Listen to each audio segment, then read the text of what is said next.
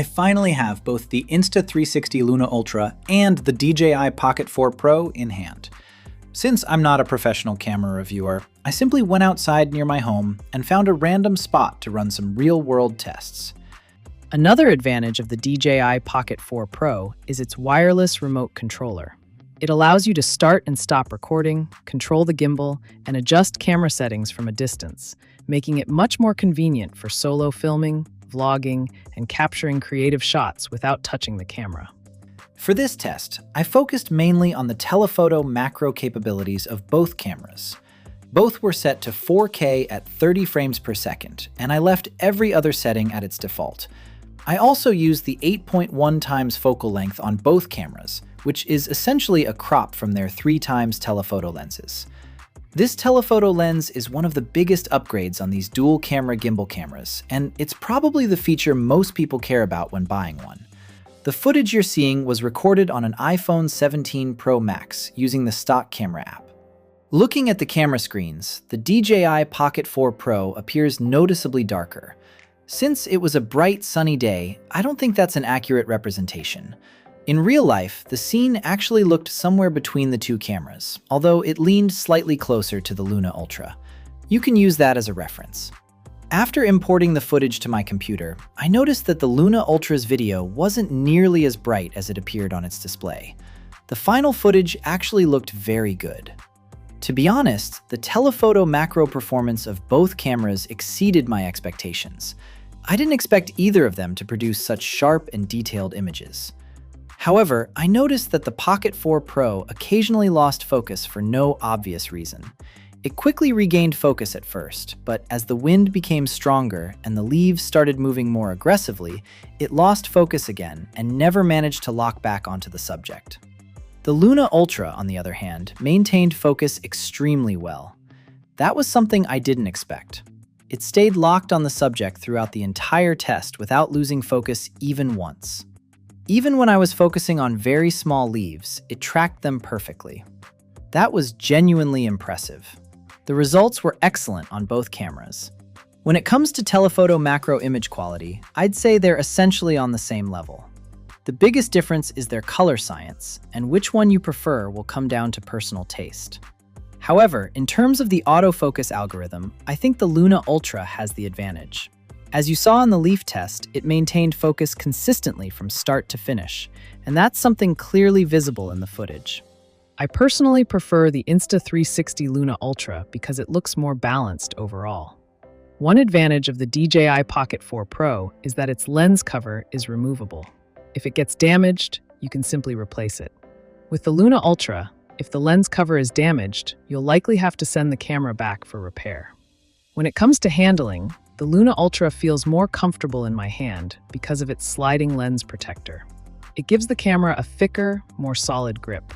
The DJI feels a bit smaller, so it's not quite as comfortable for me.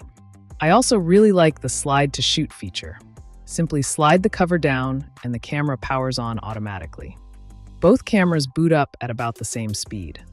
In terms of image quality, there's very little difference between the main cameras. However, when using the telephoto lens, especially at 12 times zoom, the DJI delivers noticeably better image quality than the Luna Ultra. Now let's talk about the detachable screens. Starting with DJI's remote display, I think it's fairly average.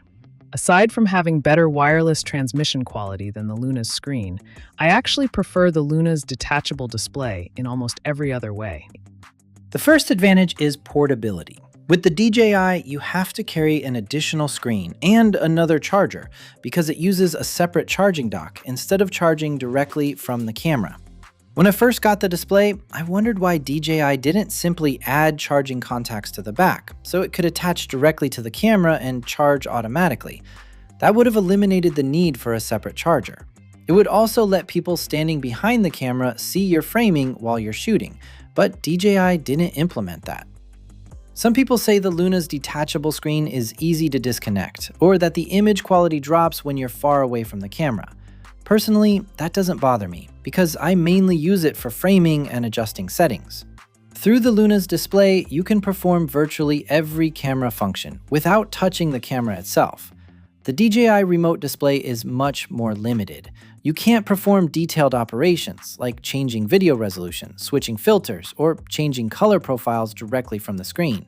For those settings, you still have to use your phone or return to the camera's built-in display.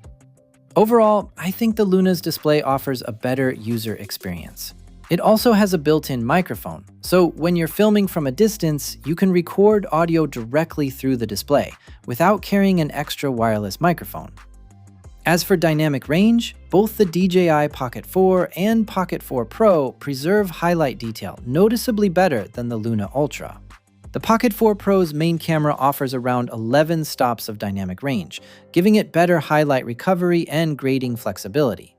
The Luna Ultra's 14-stop dynamic range is still more than sufficient in most situations, unless you're shooting in extremely high-contrast scenes.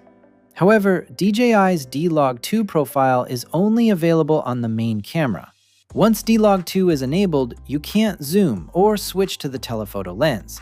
If you want to use the telephoto camera, you'll need to switch back to the standard 10-bit color profile manually, which can be a little inconvenient. Both cameras offer excellent subject tracking. DJI has one advantage. You can register multiple subjects in advance and switch between them whenever you want. The Luna Ultra doesn't currently support subject registration, but I actually prefer its tracking workflow. You simply tap the subject you want to follow, then adjust the framing afterward. For example, I can select a dog as my subject, and then instantly place it on the left side of the frame with one tap. The camera automatically recomposes the shot. On the DJI, you generally need to position your subject first, then enable tracking so the camera follows that composition. Because of this, I think the Luna's tracking workflow feels faster and more intuitive. When it comes to color, the Luna Ultra benefits from Leica color tuning, making it ideal for users who prefer attractive, straight-out-of-camera footage. Even when shooting in log, you can bake LUTs directly into the footage, making it much easier to share videos without editing. DJI's colors are more natural and closer to what the human eye sees. However, I don't understand why DJI doesn't currently offer a color restoration mode when shooting in D-Log2. Hopefully, a future firmware update will add that feature. Personally, I'm still undecided. DJI offers more stable image quality and greater flexibility for professional color grading and serious filmmaking. At the same time, the Luna Ultra produces excellent image quality with more attractive, straight-out-of-camera colors and a wide range of built-in creative filters, making it especially friendly for creators who want to shoot and instantly share content. Right now, I'm leaning slightly toward keeping the Luna Ultra because I simply enjoy the overall experience more.